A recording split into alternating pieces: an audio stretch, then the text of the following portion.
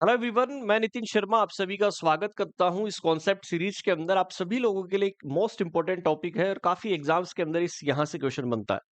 आपने ivy fluids के बारे में नाम सुना होगा। आईवी फ्लूइड्स जो होता है, जो इंट्रावीनसली हम लगाते हैं, वो दो तरीके के फ्लूइड्स हम लगाते हैं जनरली। आपने देखा भी होगा, एक होता है क्रिस्टेलोइड सॉल्यूशन और एक होता है कोलोइडल सॉल्यूशन। याद रखिएगा, इसको आसान भाषा के अंदर मैं आपको समझाने की कोशिश करूंगा। एक तो आप सभी लोगों ने पढ़ा होगा कोलोइडल सॉल्यूशन, ठीक है? कौन सा सॉल्यूशन? Colloidal solution. और एक आपको देखने को मिलता है क्रिस्टेलोइड सॉल्यूशन। क्रिस्टेलोइड सॉल्यूशन।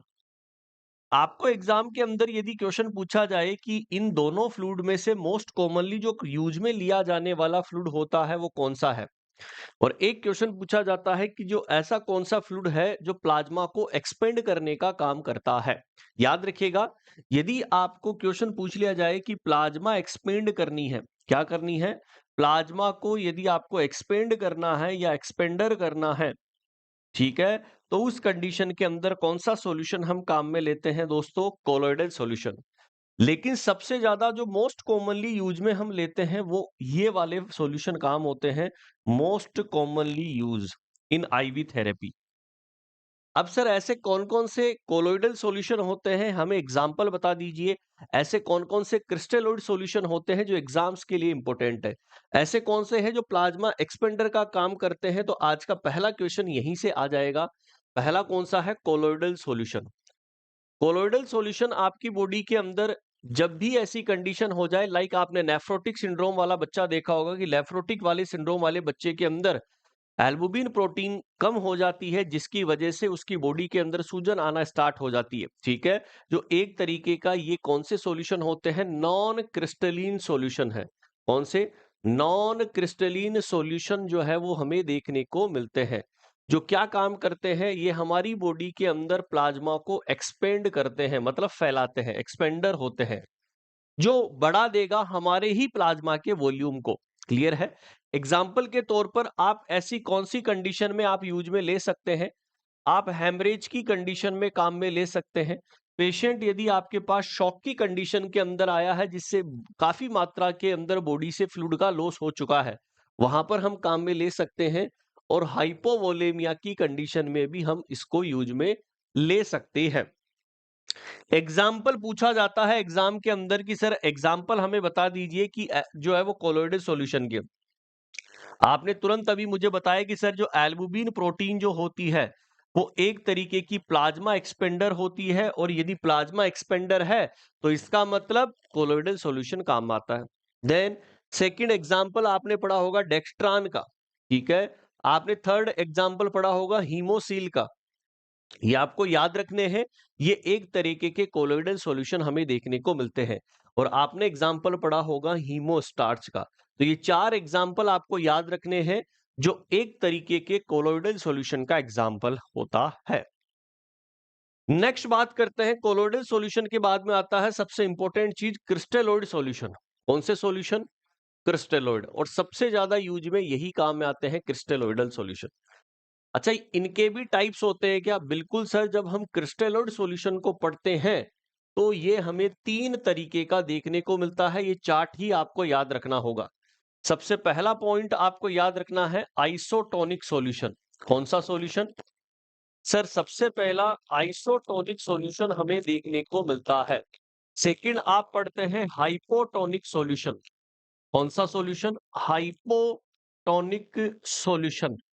और थर्ड आप पढ़ते हैं हाइपरटोनिक सॉल्यूशन। इनके बीच में कुछ बेसिक डिफरेंस है जो मैं आपको याद करवाने वाला हूं कि क्या इनके बीच में बेसिक डिफरेंस रहने वाला है ना? अच्छा, आइसोटोन का मतलब क्या है? जिसके अंदर क्या होता है? सेम वाटर है, सेम वाटर, सेम सॉल्ट। याद रखिएगा कि जहां पर आपको यह क्वेश्चन पूछी जाए कि नमक की मात्रा भी समान है और पानी की मात्रा भी समान है, तो वो ऐसे सॉल्यूशन क्या कहलाते हैं आपके लिए? आइसोटोनिक सॉल्यूशन कहलाते हैं। हाइपोटोनिक सॉल्यूशन की बात करूं, जिसमें पानी की मात्रा ज्यादा है, मोर वाटर और लेस सॉल्ट, ये कंडीशन किसके अंदर देखने को मिलती है आपको? हाइपोटोनिक सॉल्यूशन के अंदर। हाइपरटोनिक सॉल्यूशन की बात करता हूं तो जस्ट इस हाइपो का उल्टा कर देना, जहां पर पानी की मात्रा ज्यादा थी हाइपो में, वहां पर पानी की मात्रा क्या कर देना, कम कर देना, लेस वाटर। एंड उसके साथ में यहां पर लेस सोल्ट था तो यहां पर सोल्ट की मात्रा ज्यादा कर देना, मोर सॉल्ट। क्लियर है? तो इसका मतलब ये हाइपरटोनिक सॉल्यूशन कहलाता है। एग्जाम के अंदर क्वेश्चन पूछा जाता है था कि जहां पर टोन समान है तो क्या सेल के ऊपर कोई अफेक्ट पड़ेगा? आप तुरंत आंसर कर देंगे नहीं सर, सेल के ऊपर कोई इफेक्ट नहीं पड़ेगा। लेकिन गलती से यदि आपने हाइपोटोनिक सॉल्यूशन दिया है जिसमें पानी की मात्रा ज्यादा है, नमक की मात्रा कम है, तो उस कंडीशन के अंदर जो है सेलुलर ओडीमा हमें देखने को मिलेगा। क्यों? क्योंकि सेल के अंदर पानी का शिफ्टिंग हो जाएगा, तो सेलुलर ओडीमा। लेकिन हाइपरटोनिक सॉल्यूशन की बात करता हूं तो यहां पर सेलुलर श्रिंकेज हो जाता है, मतलब सेल जो है वो सिकुड़ जाती है। इसलिए यहीं से एग्जाम्पल के ऊपर क्वेश्चंस आपके पूछे जाते हैं, जो मैं आपको बताने वाला हूं कि कौन सा आइसोटोनिक सॉल्यूशन है और कौन सा हाइपोटोनिक सॉल्यूशन होता है। अब आपको याद रखना है एग्जाम्पल, कि ऐसे कौन कौन से एग्जाम्पल है। आपने 0.9% नॉर्मल सैलाइन पढ़ा है क्या? रिंगर लैक्टेट, जिसे आप हर्टमान सॉल्यूशन के नाम से जानते हैं। क्या? रिंगर लैक्टेट, जिसे आप हर्टमान सॉल्यूशन के नाम से जानते हैं। आपने डेक्सटोज 5% जो पढ़ा होगा, वाटर वाला D5W, वो भी एक प्रकार का क्या होता है, आइसोटोनिक सॉल्यूशन हमें देखने को मिलता है। यदि आपने 5% डेक्सटोज वाटर को यदि मिक्स किया है 0.225% नॉर्मल सैलाइन के अंदर, तो भी सर वो एक तरीके का आइसोटोनिक सॉल्यूशन होता है।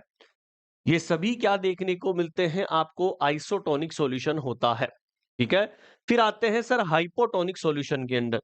0.45% मतलब जिसे मैं आप हाफ NS बोल सकते हैं कि आधी NS, ये तो फुल NS होगी 0.9, लेकिन जस्ट आप इसका आधा कर दोगे तो 0.45% हाफ NS हो गई। 0.33% NS मतलब 1/3 NS, क्या बोल सकते हैं इसे, 1/3 NS के नाम से जो है वो हम जान सकते हैं। ओके, नेक्स्ट क्या है, 0.225% यदि नॉर्मल सैलाइन है, जो क्या है 1/4 नॉर्मल सैलाइन है। इसका मतलब ये तीनों ही एग्जाम्पल आपको याद रखने हैं। एक एग्जाम्पल सबसे इंपॉर्टेंट है कि हाइपोटोनिक सॉल्यूशन के अंदर एक चीज याद रखना, डिस्टिल्ड वाटर। देखो नॉर्मल सैलाइन अलग है, लेकिन डिस्टिल्ड वाटर की यदि हम बात करते हैं तो सर डिस्टिल्ड वाटर जो होता है वो एक तरीके का कौन सा सॉल्यूशन है, हाइपोटोनिक सॉल्यूशन देखने को मिलता है। कौन सा हाइपोटोनिक सॉल्यूशन, एग्जाम्पल से बेहतरीन क्वेश्चन पूछा जाता है। लेकिन सेलुलर को श्रिंकेज यदि आपको करना है तो आपने एग्जाम्पल के तौर पर एक फेमस क्वेश्चन पढ़ा होगा, मैनिटोल। और काफी बार एग्जाम के अंदर बनता है कि sir mannitol is the hypertonic solution. या 5% यदि D5W के अंदर यदि आप 0.9% नॉर्मल सैलाइन, जिसे आप क्या बोलते हैं DNS, डेक्सट्रोज जो नॉर्मल सैलाइन होता है 5% वाला, यदि वो आप बना रहे हैं तो मार्केट के अंदर अवेलेबल आता है DNS, और वो एक तरीके का हाइपरटोनिक सॉल्यूशन देखने को मिलता है। या 5% डेक्सट्रोज जो वाटर होता है उसको आप किसके साथ में मिक्स कर दो, 0.45% NS के साथ में मिक्स कर दो, तो ये सेम जो है वो निकल कर आता है। आपने 3% नॉर्मल सैलाइन पढ़ा है, आपने 5% नॉर्मल सैलाइन पढ़ा है, तो ये सभी क्या होते हैं, हाइपरटोनिक सॉल्यूशन हमें देखने को मिलता है। Is that clear? तो दो तरीके के क्वेश्चंस निकल कर आते हैं आपके एग्जाम के अंदर, और यहां से मैनिटोल के ऊपर क्वेश्चन आता है, 0.5% नॉर्मल सैलाइन और distil water, cellular oedema, cellular shrinkage, cell के ऊपर कोई इफेक्ट नहीं पड़ता है। आई होप आप आज का वीडियो आप सभी लोगों को अच्छा लगा होगा। यदि आपको अच्छा लगा है तो कमेंट सेक्शन के अंदर जरूर बताइएगा कि कैसा लगा। Thank you so much.